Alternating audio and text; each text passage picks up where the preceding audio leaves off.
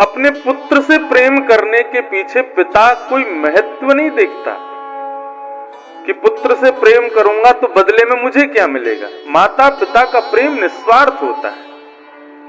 और क्षमा करें, लेकिन जब स्वार्थ सिद्ध करना होता है ना, तो हम महत्व जानने की अभिलाषा रखते हैं। इसका महत्व क्या है, इससे हमें फायदा क्या है, इसका कारण क्या है। तो श्रीमद् भागवत की कथा तो वैसे अकारण सुननी चाहिए, उसका कोई महत्व हमको प्राप्त हो, इससे हमारा फायदा क्या होगा, ये हमारी जानने की इच्छा नहीं है ज्यादा। ठाकुर जी हमारे हैं, हम ठाकुर जी के हैं, अब इसमें हम महत्व क्या जाने। लेकिन फिर भी मुंडे मुंडे मतिर भिन्ना, सबके मस्तिष्क की मति अलग अलग होती हैं। आप लोगों की ऐसी इच्छा नहीं होगी, लेकिन ये कथा लाइव भी जा रही है भक्ति पथ चैनल पर, वहां देखने वालों की किसी की इच्छा हो, या फिर कोई परिवार का कोई व्यक्ति अपने किसी नवीन परिवार के सदस्य को, अपने मित्र को कथा सुना रहा हो, जो कि भक्ति भाव से भली भांति परिचित नहीं है, वो जानना चाहता हो, तो उसके लिए महत्व होना चाहिए। क्यों जाने बिन न होए परतीति, बिन परतीत होए नहीं प्रीति। हमारी कथा का मुख्य उद्देश्य है ठाकुर जी के प्रति प्रीति उत्पन्न हो, प्रेम उत्पन्न हो। और उस प्रेम को उत्पन्न करने के लिए ठाकुर जी को जानना बहुत जरूरी है। इसलिए भागवत का आज महात्म्य कहेंगे। तो बंधुओं, ये प्रथम श्लोक है भागवत के महात्म्य का। सच्चिदानंद रूपाय, भगवान के 3 रूप होते हैं। स्वरूप अनगिनत हैं, उंगलियों पे गिन नहीं पाओगे। भगवान के स्वरूप इतने हैं, लेकिन रूप केवल 3 है। एक बात कहें, मानव के भी स्वरूप बहुत सारे होते हैं, लेकिन रूप 3 ही होते हैं। जैसे कि मेरे बहुत सारे स्वरूप हैं। व्यास मंच पर बैठा हूं तो यहां पर एक व्यास के स्वरूप में बैठा हूं। अपनी मां के पास जाता हूं तो वहां एक पुत्र के स्वरूप में होता हूं। बहन के पास जाता हूं तो वहां भाई के स्वरूप में होता हूं। मित्र के पास जाता हूं तो मित्र के स्वरूप में। जैसी स्थिति में व्यास मंच पर हूं, वैसी स्थिति में अपने मां के पास नहीं जाऊंगा। व्यास मंच पर आते हैं तो महाराज हम व्यास हैं, व्यास को सब प्रणाम करते हैं, माला पहनाते हैं, वंदन करते हैं, जय श्री कृष्ण कहते हैं। ये व्यास का एक स्वरूप है। लेकिन मैं अपनी माँ के पास जाऊं, माँ से कहूं मुझे प्रणाम करो, मुझे माला पहनाओ, मेरे आगे हाथ जोड़ के खड़े हो जाओ, तो माँ के सामने वो स्वरूप नहीं चलेगा ना। तो यहां से उतरते ही, घर जाते ही मेरा स्वरूप बदल गया। बहन के पास जाती स्वरूप अन्यत्र हो जाता है, मित्र के पास जाती स्वरूप फिर बदल जाता है। इस प्रकार ठाकुर जी के स्वरूप तो बहुत सारे हैं। राधा रमन जी में जाओगे तो त्रिभंग लली बन करके खड़े हैं। बिहारी जी में जाओगे तो विशाल नेत्र ठाकुर जी के और महाराज बाकी अदा से खड़े हैं। राधा वल्लभ जी में जाओगे तो वहां पे ठाकुर जी ब्याह करते रहते हैं, रोज ब्याह होते हैं राधा वल्लभ जी के। वही ठाकुर के दर्शन करने द्वारिका जाओगे तो वही राधा रमन जी, वही बिहारी जी, वही राधा वल्लभ जी द्वारिका में शंख चक्र गदा पद्मधारी चतुर्भुज रूप में खड़े हैं। वही ठाकुर जी के दर्शन करने रंगनाथ मंदिर जाओगे दक्षिण भारत में तो शेष शैया पर पौड़े हैं और लक्ष्मी चरण दबा रही है। कितने बड़े भैलूपिया हमारे ठाकुर जी, देखो कितने रूप बदलते हैं, कितने सारे स्वरूप। उन्हीं का बद्रीनाथ में दर्शन करो तो महाराज शांताकारम, बिल्कुल शांत आकार में बैठे हैं और ध्यानस्थ बैठे हैं, तपस्या कर रहे हैं। स्वरूप बहुत सारे हैं ठाकुर जी के।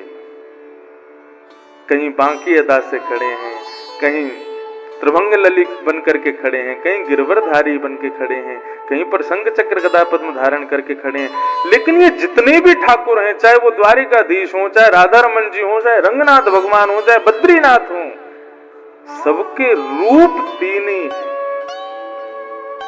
और वो रूप कौन से?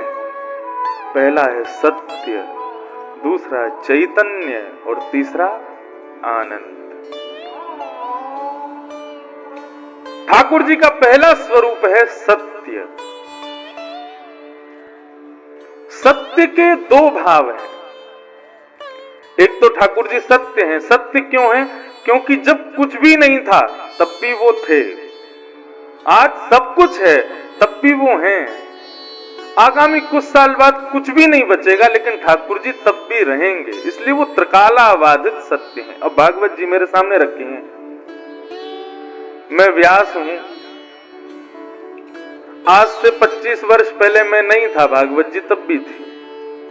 आज मैं हूं, भागवत जी आज भी हैं। आगामी ना जाने कितने साल, 60, 70, 80 वर्ष बाद मैं नहीं रहूंगा, लेकिन भागवत जी तब भी रहेंगे, इसलिए वो सत्य है। एक रूप तो ये हुआ सत्य का। दूसरा रूप सत्य क्यों है ठाकुर जी? भाई सबके सामने आप जाओ, आपके भीतर से झूठ प्रकट हो जाएगा, लेकिन भगवान के सामने जाते हैं तो हमारे भीतर झूठ प्रकट नहीं हो पाता, असत्य प्रकट नहीं हो पाता। माँ से झूठ बोल लेंगे, पत्नी से झूठ बोल लेंगे, पिता से झूठ बोल लेंगे, ऑफिस जाएंगे बॉस से झूठ बोल लेंगे, अपने कलीग से झूठ बोल लेंगे, अपने मित्र से झूठ बोल लेंगे, लेकिन ठाकुर जी के सामने जब हम जाते हैं, हाथ जोड़ के खड़े होते हैं, कई लोगों को देखा होगा कान पकड़ते हैं, दोनों कानों को छुएंगे। क्यों? बोले मैंने क्या किया, या मैं क्या करके आ रहा हूं, या मैं क्या करने वाला हूं, ये सब आप जानते हो, आपसे क्या छुपाऊं मैं। व्यक्ति के अंदर, मैं अपनी कथाओं में कहा करता हूं, व्यक्ति के अंदर कितने अवगुण हैं ये केवल दो लोग जानते हैं, या तो भगवान जानते हैं या वो खुद जानता है, तीसरा कोई नहीं जानता। पत्नी कितना भी कहे मैं अपनी पति को जानती हूं, वो अंदर ही अंदर हंसता होगा, बोले हाँ जरूर। पत्नी कितना भी कहे कि पति कितना भी कहे मैं अपनी पत्नी को जानता हूं, पत्नी भी मुस्कुरा जाती है, हाँ बहुत जानते हो आप। ठीक है, व्यवहार में हम स्वीकार कर लेते हैं, हाँ ये मुझे बहुत समझता है, ये मुझे बहुत जानता है। आजकल लोग ये नहीं देखते कि हम ब्याह किससे करें, सुंदर होना चाहिए, नहीं जरूरी नहीं है, धनवान होना चाहिए, नहीं जरूरी नहीं है, अच्छा शरीर होना चाहिए, ठीक है चल जाएगा काम। हम लोग क्या कहते हैं, बोले अंडरस्टैंडिंग मैच होनी चाहिए, हम दोनों के भाव मिलने चाहिए, हम दोनों का मन मिलना चाहिए, वो मुझे समझे मैं उसको समझूं। यार अगर अंडरस्टैंडिंग मैच करके ही आप लोग ब्याह करते हैं ना, तो सबसे ज्यादा अंडरस्टैंडिंग मैच तो फिर भगवान से ही होती है, वो सब जानते हैं आपके मन की बात, उनसे ज्यादा अंडरस्टैंडिंग कोई भी नहीं है संसार में।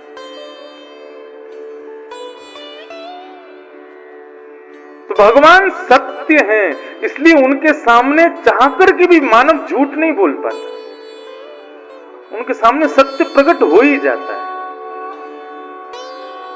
आरती के बाद में एक श्लोक बोलते हैं हम लोग, पापो हम पाप कर्मा हम पापात्मा पाप संभव त्राहि माम पुंडरीकाक्ष सर्व पाप हरो हरि।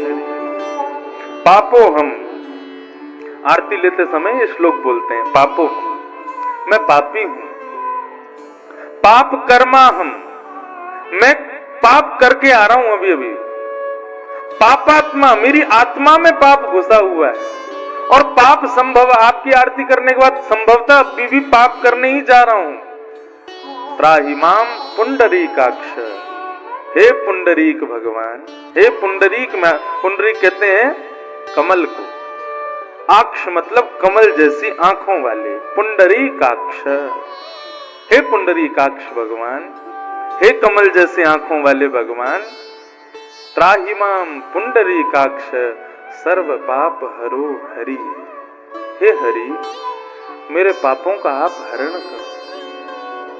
हम इस बात को क्यों कहते हैं? क्योंकि हम जानते हैं कि हम पाप कहीं ना कहीं करते हैं, और उस बात को ये सामने जो खड़े हैं वंशीले के हाथ में, ये भली भांति जानते हैं कि मैंने पाप किया। तो सत्य का स्वीकारीकरण होता है भगवान के सामने, इसलिए भगवान का प्रथम रूप है सत्य। भगवान का दूसरा रूप होता है चैतन्य। वो चैतन्य है। चैतन्य का मतलब क्या है? यहां तो महाराज पंखे चल रहे हैं। कल मैं जहां से आया हूं वहां तो भयंकर सर्दी थी। कहां? ऋषिकेश। और ऋषिकेश में भी हमारी कथा वहां थी जहां ऋषिकेश खत्म हो जाता है, ऊपर की तरफ जाते हैं, वहां बिल्कुल एकांत में जंगल में जाके, तो वहां तो सर्दी और ज्यादा लगती थी। सर्दी किसको लगती है? हमारे शरीर को लगती है। तो हम क्या करते हैं? तुरंत शॉल पहन लेते हैं, जैकेट पहन लेते हैं। क्यों? क्योंकि हमारा शरीर चैतन्य है। इसको मारोगे तो चोट का दर्द होता है। सर्दी होती है तो इसको ठंड लगती है, गर्मी होती है तो इसको गर्म लगता है। जिस प्रकार हम अपनी देह के प्रति बुद्धि रखते हैं, उसी प्रकार ठाकुर जी के प्रति बुद्धि रखनी चाहिए कि यह भी चैतन्य है।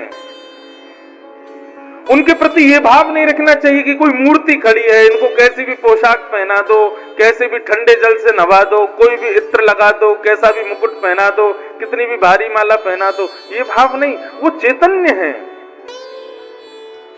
अपने बालक को तैयार करती है माँ, तो जब सर्दियों में बहुत ज्यादा गर्म कपड़े पहना देती है, बालक बेचैन होता है, तो माँ समझ जाती है कि इसको गर्मी लग रही है, धीरे धीरे उसके कपड़े उतारने शुरू कर देती है। कुछ खरीदने के लिए जाती है तो 100 बार देखती है कि ये चीज मेरे बालक को कष्ट तो नहीं देगी, ये उसको सूट तो करेगी, ये उसके लिए ठीक तो है ना। क्यों? क्योंकि हमारी बुद्धि में ये बात है कि हमारा बालक चैतन्य है, उसको सर्दी, गर्मी, चुभन ये सब महसूस होती है। ठीक उसी प्रकार भगवान के प्रति भी चैतन्य बुद्धि रखनी चाहिए। वो चैतन्य। एक भक्त था, शंकर जी की बहुत, गोपाल जी की बहुत आराधना करता था, लड्डू गोपाल।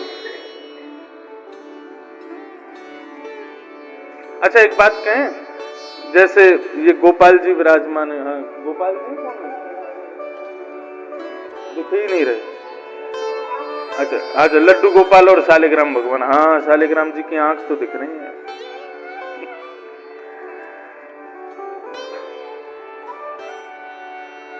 आजकल वृंदावन में,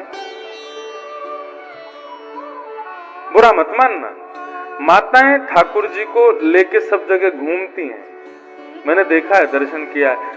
हमारे घर के बाहर से भी सब मेन रोड ही है, सब जाते हैं वहीं से, तो ठाकुर जी को लेकर के जाते हैं। उनकी श्रद्धा है, भाव है, अच्छा लगता है कि वे साथ में ठाकुर जी को लेके चलते हैं। लेकिन कहीं कहीं मैंने क्या देखा, एक टोकरी में ठाकुर जी, और ठाकुर जी के नीचे ना तो कोई मखमली चादर है, ना कोई चद्दर है, बेचारे ऐसे ही लुढ़के पड़े हैं, और दूसरे हाथ से मैया लस्सी पी रही है। एक हाथ में ठाकुर जी लगे हुए हैं और एक हाथ से वो खा रही है, क्या चाट खा रही है। ऐसे ठीक है, आपकी श्रद्धा है कि वो लाल जी हैं, आप उनको लेकर सब जगह घूमो, लेकिन कहीं ना कहीं वो ईश्वर तत्व भी है। उनके प्रति थोड़ी श्रद्धा, थोड़ी सी पवित्रता में लेके आओ। हमारे भी लाल जी हैं छोटे से, मैं भी उनको सब जगह लेके जाता हूं, लेकिन अनधिकारी स्थान पर नहीं लेके जाता। जहां मुझे लगता है कि यहां नहीं जाना चाहिए, वहां नहीं जाते ठाकुर जी। उनको फ्लाइट में मैं जाता हूं तो हमने एक ऐसा गले में पहनने वाला आईडी कार्ड जैसा बनवा रखा, बढ़िया कपड़े का, उसमें अंदर यहाँ पे ठाकुर जी बैठ जाते हैं, आगे उसमें एक बिल्कुल बहुत पतले कपड़े की एक जाली है, ताकि ठाकुर जी की नाक मुंह पे लगे नहीं। जब उसमें बैठ जाते हैं तो जाली में से बाहर देखते रहते हैं कहाँ जा रहे हैं। दूसरी बात, अब उनको रास्ते में जा रहे हैं, प्यास लगेगी, भूख लगेगी, तो भूख के लिए तुम क्या करता हूँ, 500-600 रुपए पीछे डाल देता हूँ। मैंने कि आपको कहीं भूख लगे तो अपने भाव से कुछ खरीद के पा लेना।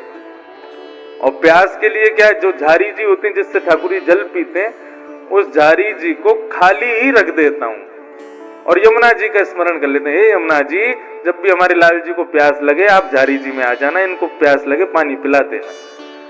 अब चाहे 10 घंटे का, 14 घंटे का अमेरिका का सफर हो, चाहे कहीं हो, ठाकुर जी अपने प्रेम से रहे। उस बीच में भी बड़ी मर्यादा, साथ में एक पंडित जी रहते हैं। यदि मेरे को निवृत्त होने के लिए जाना है, वॉशरूम वगैरह जाना है, तो फिर मैं ठाकुर जी को उनको दे के जाऊंगा, उनके गले में विराजमान करके जाऊंगा। निवृत्त होके फिर जल के छींटे आदि करूंगा, हाथ मुंह धोऊंगा, तब आकर के ठाकुर जी को फिर पुनः धारण करूंगा।